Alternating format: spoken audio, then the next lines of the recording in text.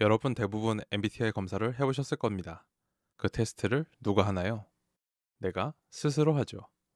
MBTI 테스트는 내가 직접 하는 것이기 때문에 MBTI의 결과는 내가 바라보는 나의 모습이라고 할 수 있습니다. 만약 나와 가까운 친구나 가족이 대신 나의 MBTI 검사를 해보면 어떨까요? 그건 타인이 바라보는 나의 모습이라고 볼 수도 있습니다. 만약 이 두 개의 검사가 일치한다면 남이 바라보는 나의 모습과 내가 생각하는 나의 모습이 비슷하다는 의미이고, 이것을 통해 나는 메타인지가 높은 편이라고 볼 수도 있습니다. 저도 조금 궁금하긴 합니다. 가족이나 친구들에게 제 MBTI 검사를 맡겨보면 어떤 결과가 나올지 재미삼아 한번 해보셔도 좋을 것 같습니다. 본론으로 돌아가서 메타인지가 어떤 느낌인지 조금 감이 오시나요? 큰 범주에서는 제가 방금 설명드린 대로 이해해도 충분하지만, 이 설명만으로는 왜 다들 메타인지가 그렇게 중요하다고 떠들어대는지 설득이 잘 되지 않을 것 같습니다. 이어지는 다음 설명을 들어보시면 세상을 바라보는 세계관이 좀 더 확장된다는 느낌을 느끼실 수 있을 것입니다. 그럼 메타인지가 정확히 무엇인지, 왜 중요한지 좀 더 자세히 이야기해 보도록 하겠습니다. 저는 완벽한 공부법이란 책에서 메타인지라는 말을 처음 들어봤던 것 같습니다. 제 기억에도 이 책이 베스트셀러가 되면서 메타인지라는 말이 페이스북이나 인터넷 커뮤니티에 유행한 것으로 기억합니다. 시작이 어찌됐든 제가 이 책에서 봤던 내용과 영문 위키를 통해 공부한 내용을 간단히 요약해서 설명해 보겠습니다. 메타인지라는 말은 조금 어려워 보일 수 있지만, 가장 간단하게 표현하면 나 자신을 아는 능력입니다. 어떤 생각에 대해서 생각하는 능력, 내가 인식하는 것에 대해 인식하는 능력. 제가 지금 결코 말장난을 하고 있는 것이 아닙니다. 메타인지는 실제로 우리가 어떻게 학습하고 생각하는지를 스스로 관리하는 능력을 말합니다. 예를 들어 아이스 아메리카노를 마실 때 역시 아이스 아메리카노가 최고야 하고 그냥 마시는 사람이 있는가 하면, 이 커피 맛있다. 그런데 왜 맛있지? 신맛과 단맛이 아주 강한데 나는 이 두 맛이 강할 때 맛있다고 느끼는구나. 그런데 친구들은 이 맛을 다 싫어하는구나 라고 생각하는 사람이 있습니다. 감정을 대할 때 우울해, 짜증나 하고 넘어가는 사람이 있는가 하면, 나 오늘 좀 우울한 것 같아. 특별한 일도 없는데 이상하네. 나는 주로 계절이 바뀌면 우울해지는 편인 것 같아. 크게 신경 쓰지 말자. 조금 적응하면 괜찮아질 거야. 그런데 우리 누나도 요즘 우울하다고 하던데, 아마도 나처럼 계절 때문에 그런 것 같으니 크게 신경 쓰지 말자 라고 생각하는 사람이 있습니다. 메타인지가 높고 낮음의 차이가 느껴지시나요? 무언가를 느끼고 그냥 넘어간 것을 메타인지가 낮다고 볼 수 있고, 무언가를 느낀 나의 상태에 대해서 좀 더 구체적으로 인지하는 것, 더 나아가 내가 인지한 것을 바탕으로 남을 이해하는 능력까지 갖춘다면 메타인지가 아주 높다고 말할 수 있을 것 같습니다. 아까의 상황을 좀 더 정확히 표현하면, 맛에 대한 메타인지가 높고 낮다, 감정에 대한 메타인지가 높고 낮다, 이렇게 표현할 수 있을 것 같습니다.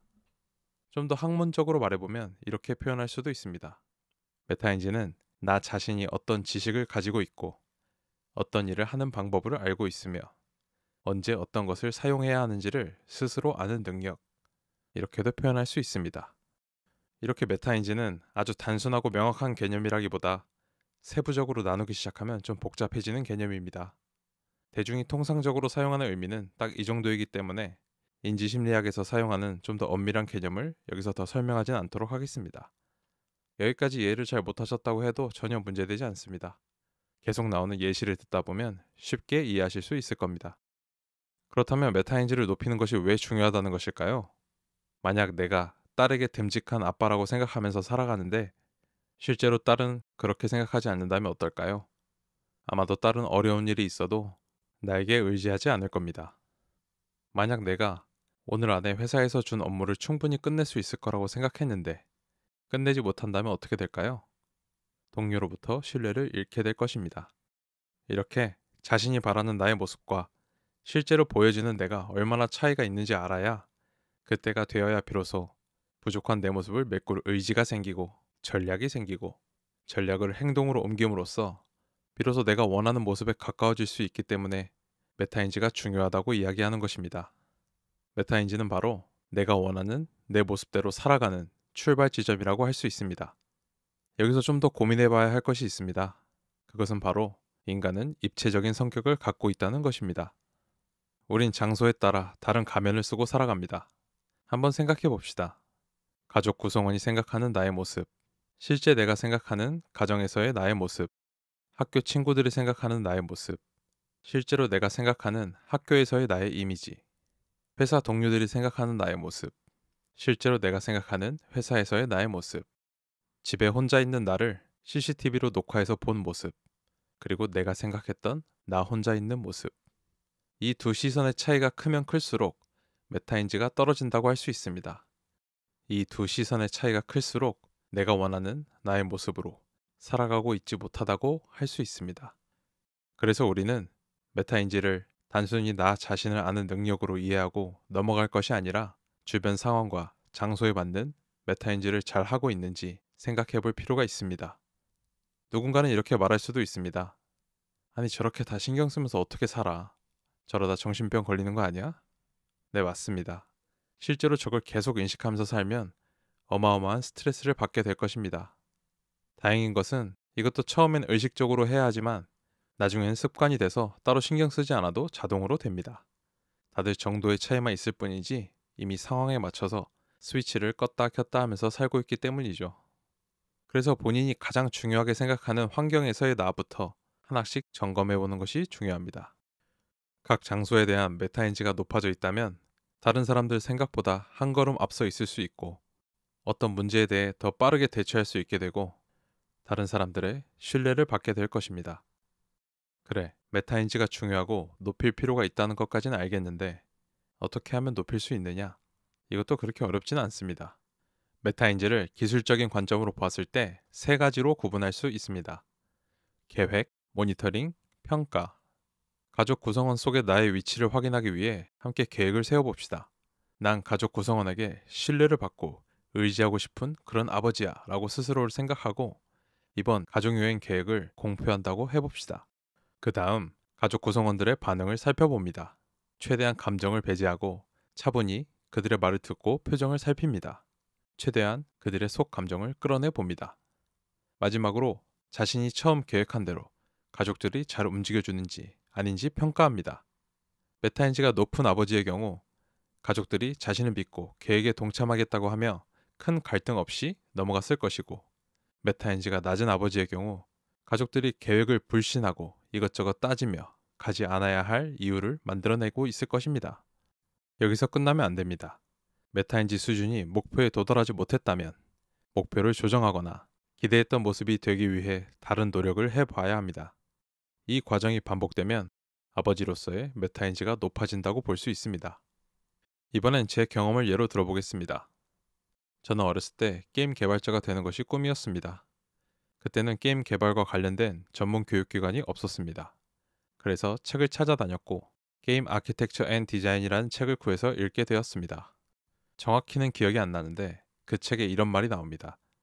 게임을 만드는 게임 디자이너가 되기 위해서 필요한 능력은 게임을 플레이하면서 재밌다고 느낀 시점에 잠시 나로부터 빠져나와 어떤 순간에 재미를 느꼈는지 파악하고 설명하는 훈련을 지속적으로 해야 한다. 대략 이런 내용이었습니다.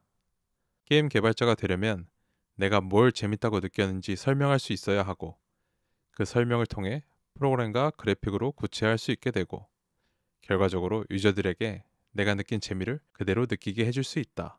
이런 논리에 따르면 저 훈련 방법은 일리가 있다고 생각했습니다. 어렸던 저는 주변에 누가 가르쳐주는 사람도 없었고 게임은 맨날 열심히 하고 있던 거였으니 못할 것도 없었습니다. 그때부터 저는 게임을 할 때 단순히 노는 것이 아니라 게임 개발자가 되기 위한 훈련을 한다는 생각으로 내가 재미를 느끼는 순간을 기억하고 말로 글로 설명하려고 노력해 왔습니다.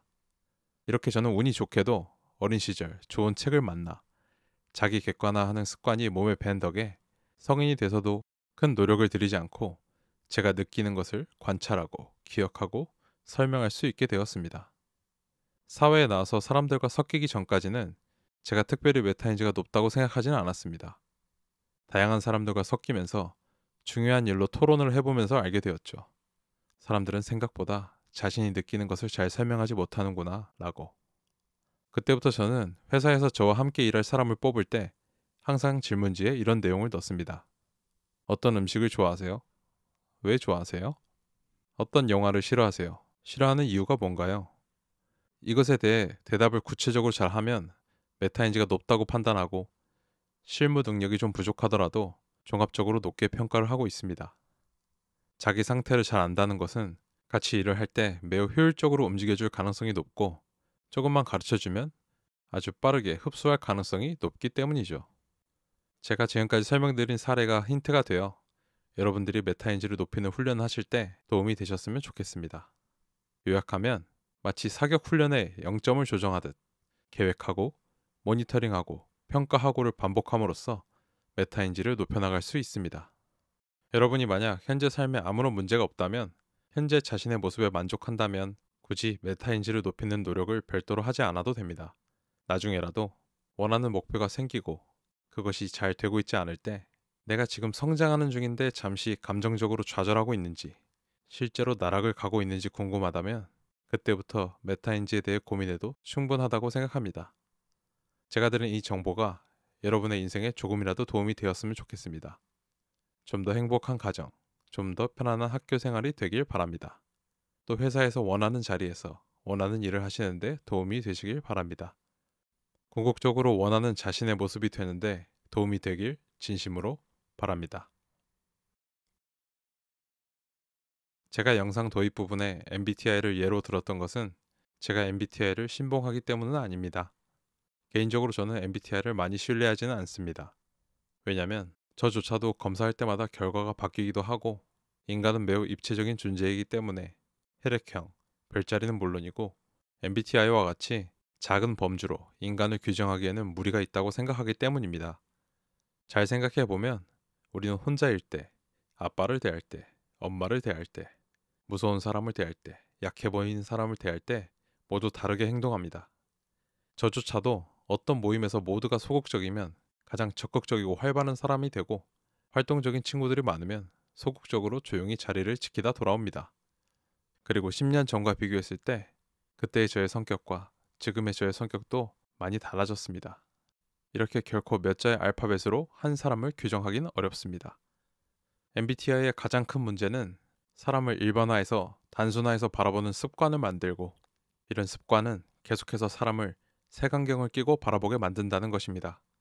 MBTI를 너무 맹신하면 인간을 대할 때 입체적으로 보는 방법을 잊게 되고 결국 바보가 된다는 이야기가 하고 싶었습니다. 그러니 여러분들도 MBTI는 재밌는 놀이 정도로 생각하시고 낯선 사람들과 만날 때 간단히 아이스 브레이킹하는 정도로 사용하는 것을 권합니다. 오늘도 긴 영상 봐주셔서 감사합니다. 영상이 도움이 되셨다면 구독과 좋아요, 댓글까지 부탁드립니다. 감사합니다.